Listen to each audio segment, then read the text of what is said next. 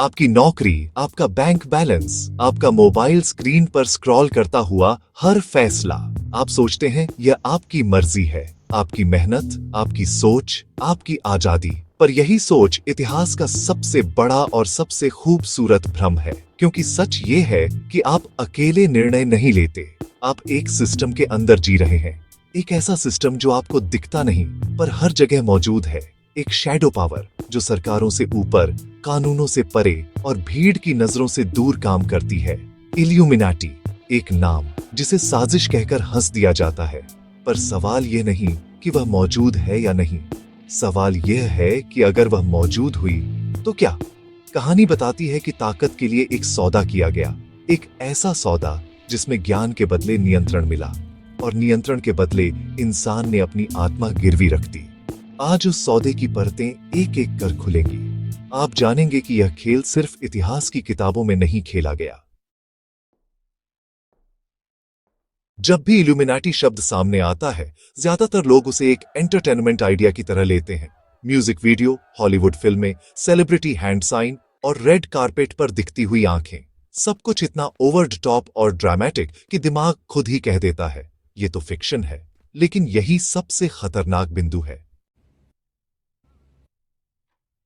1776 Europe अंधविश्वास, church की सत्ता और राजशाही के दबाव में था।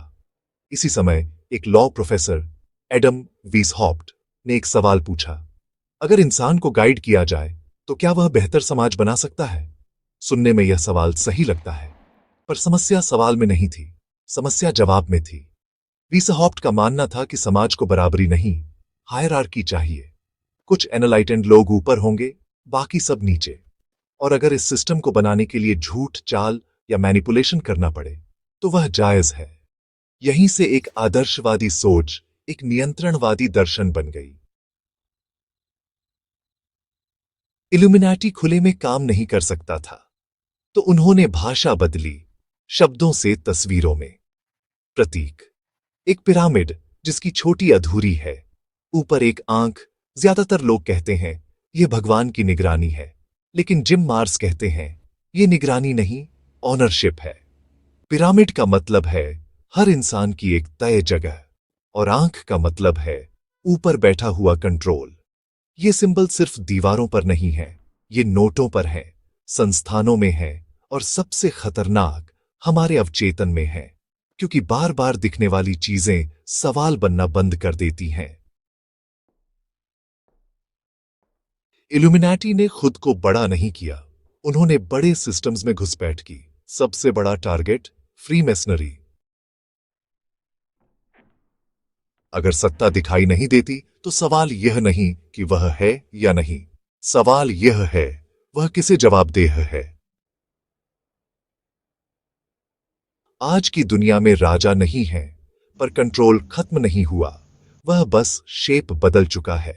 जिम मार्स के अनुसार असल सत्ता संसदों में नहीं, फाइनेंशियल सिस्टम्स में बैठी है। पैसा जो कंट्रोल करता है वह नियम तय करता है, और जब सरकारें अपनी ही करेंसी उधार लेती हैं तो सवाल उठना चाहिए, यह सिस्टम जनता के लिए बना है या जनता से ऊपर बैठने वालों के लिए। लेकिन पैसा काफी नहीं, स्थायी कंट्रोल चाहिए तो दिमाग को नियंत्रित करना पड़ता है। मीडिया, एंटरटेनमेंट, एजुकेशन, ये तीनों मिलकर एक ऐसा इंसान तैयार करते हैं जो सवाल पूछने की बजाय फॉलो करना सीखता है।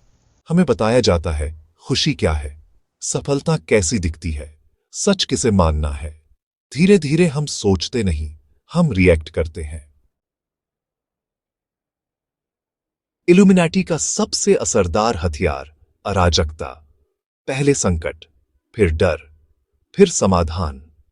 समाधान वही जो पहले से तय था। जब इंसान डरा होता है वह आजादी नहीं मांगता, वह सुरक्षा मांगता है, और यही डील होती है। आज इल्यूमिनाटी नाम से नहीं चलता, वह थिंक टैंक्स में है, पॉलिसी ग्रुप्स में है, बंद कमरों की मीटिंग्स में है, जहां विचार नहीं भविष्य डिजाइन होते हैं और पब्लिक को उसका रिजल्ट दिखता है फैसले की तरह।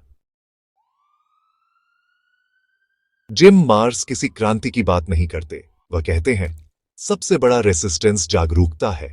जिस दिन आप हर कहानी पर यकीन करना बंद कर देते हैं, उस दिन आप कंट्रोल से आधे बाहर होते हैं। इल्यूमिनाटी बाहर नहीं हारती, वह अंदर हारती है जब इंसान सोचना वापस सीख ले। यह कहानी आपको डराने के लिए नहीं है, यह आपको जगाने के लिए है। अब सवाल यह नहीं कि यह सच है या झूठ, सवाल यह है, आप किसे बिना सवाल माने जा रहे थे। इल्यूमिनाटी की कहानी यहां खत्म नहीं होती। असल सवाल अब शुरू होता है। अगर कुछ लोग सत्ता के लिए अपनी आत्मा गिरवी रख सकते हैं, तो यह वीडियो आपसे एक असहज सवाल पूछता है। आप किस कीमत पर समझौता कर रहे हैं? जब आप हर सुबह ऐसी जिंदगी जीते हैं जो आपको अंदर से खोखला करती है, सिर्फ इसलिए क्योंकि वह सेफ लगती है, तो क्या वह भी एक सौदा नहीं है? जब आप सच जानते हुए भी चुप रहते हैं, सिर्फ इसलिए कि माहौल खराब ना हो, तो क्या वह भी एक सौदा नहीं है? जब आप अपने भीतर की आवाज को बाद में कहकर दबा देते हैं, क्योंकि दुनिया आपको प्रैक्टिकल बनने की सलाह देती है, तो क्या आप भी अपनी आत्मा के टुकड़े नहीं बेच रहे? हम सब बड़े समझौते नहीं करते, हम छोटे रोजमर्रा के समझौते करते हैं। कंफर्ट के लिए, अप्रूवल के लिए, डर के लिए।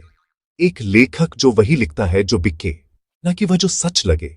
एक इंसान जो वही बनता है जो दुनिया चाहे, ना कि वह जो वह अंदर से है। ये अंत इल्यूमिनेटी पर नहीं है, ये अंत आप पर है। ये याद दिलाने के लिए कि आप सिर्फ एक सिस्टम का पुर्जा नहीं है। आपकी चेतना की एक कीमत है, और वह किसी भी सिक्योरिटी से ज्यादा महंगी है। अपनी सच्चाई से भागिए मत, अपनी रोशनी को छोटा मत कीजिए, क्योंकि अंधेरा बाहर नहीं हारता, वह अंदर हारता है। अगर यह यात्रा आपको सोचने पर मजबूर कर गई, तो अगली ऑडियो बुक जरूर सुनिए। 11.त्रिनेत्र में आई बटन और एंड स्क्रीन पर उपलब्ध है। इस सफर में साथ चलने के लिए धन्यवाद।